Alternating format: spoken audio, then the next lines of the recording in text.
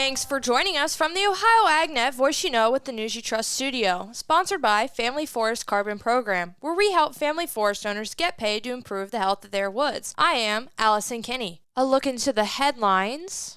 Agriculture Secretary Brooke Rawlings visited Nebraska on Monday, where she laid out the Trump administration's Farmers First policies to help smaller farmers with a set of priority initiatives Rawlings said she intends to lead at USDA. Rawlings visited a major corn processing plant, a pork processing facility, and an independent farm as she laid out some policies to help USDA provide more customer service for small farmers. Rawlings on Monday also signed a waiver making Nebraska the first state that will be allowed to ban sugary drinks such as soda under the SNAP program. Rawlings also talked about agricultural labor and using USDA resources to restrict solar operations on productive farm ground. Rawlings had set a May 27th target date to announce a USDA reorganization plan, but USDA got caught up in litigation over, but hopefully as soon as possible, she said. The plan is ready. We're ready to announce it. We're excited about it. It's going to be about realigning and refocusing USDA around its original intended mission. Rawlings added that will include, not surprisingly, some potential move out of Washington, D.C. to where we can serve our customers better as well as being more efficient and more effective with taxpayer dollars.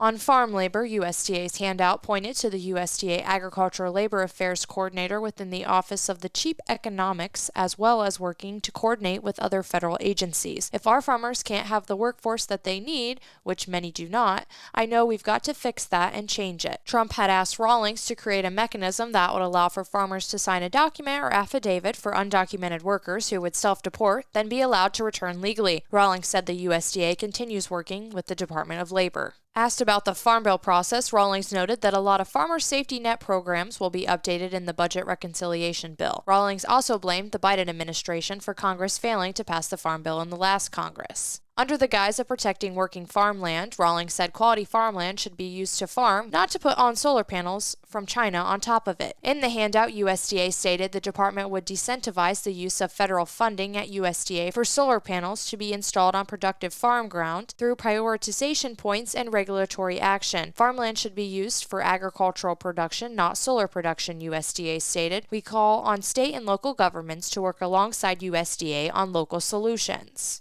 In a handout dubbed Farmers First, Rawlings stated a 2023 Economic Research Service report citing that more than 1.6 million farmers fall into the category of farms, and they make up more than 86% of the country's farms. Those farms operate on 41% of the country's farm acreage and generate about 24% of the country's overall farm production. It should be noted USDA has put new requirements on Farm Service Agency direct and guaranteed loans during the past month, requiring new layers of approval at the Secretary's office, and some larger loans also would now need to be approved by some in the Trump administration's Department of Government Efficiency. Rawlings did not mention that issue on Monday. USDA's handout called for providing greater access to farmland, land acquisitions, and permitting, citing that USDA's most effective tool to curb rising land values are FSA farm ownership loans and guaranteed loans. To protect against development pressures, USDA states farmers also can use the Agricultural Land Easement Program to help farmers protect their land from development. Many drugs, like cocaine, methamphetamine, and non-prescription pills, are often cut with dangerous opioids like fentanyl.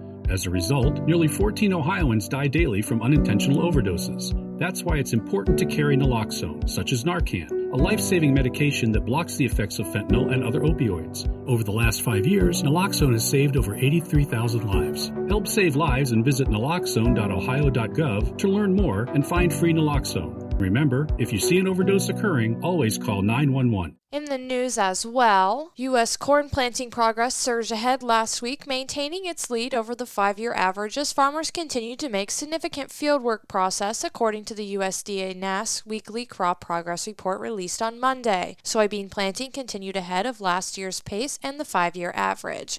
Winter wheat conditions decreased slightly last week by 2 points, NASS reported. Widespread rainfall moving through the Corn Belt this week should benefit early crop development despite severe weather risk and cooler temperatures in some areas. 78% of corn was planted nationwide as of Sunday, 11 points ahead of 67% last year and 5 points ahead of the 5-year average of 73%. 50% of corn was emerged as of Sunday. That's 12 points ahead of last year's 38% and 10 points ahead of the 5-year average of 40%. Despite recent severe weather in the Ohio Valley, widespread rainfall moving through the Corn Belt this week should help with germination and early crop growth, though cooler temperatures may bring areas of patchy frost. This market report is brought to you by Seed Consultants, simply better performance. Online at seedconsultants.com. July corn up 7 even at 454.5. December corn up 6 3/4 at 448.5. March corn up 6 1/2 at 463. July soybeans up 2 1/4 at 1053. November soybeans up 4 even at 1041. January soybeans up 4 even as well at 1053. July wheat up 17 even at 546. September wheat up 16 3/4 at 559 3/4. December wheat up 15 3/4 at 580 1/4. June live cattle up 20 cents at 213.17. August live cattle down 7 cents at 207.85, and June lean hogs up 77 cents at 102. This is the Ohio AgNet.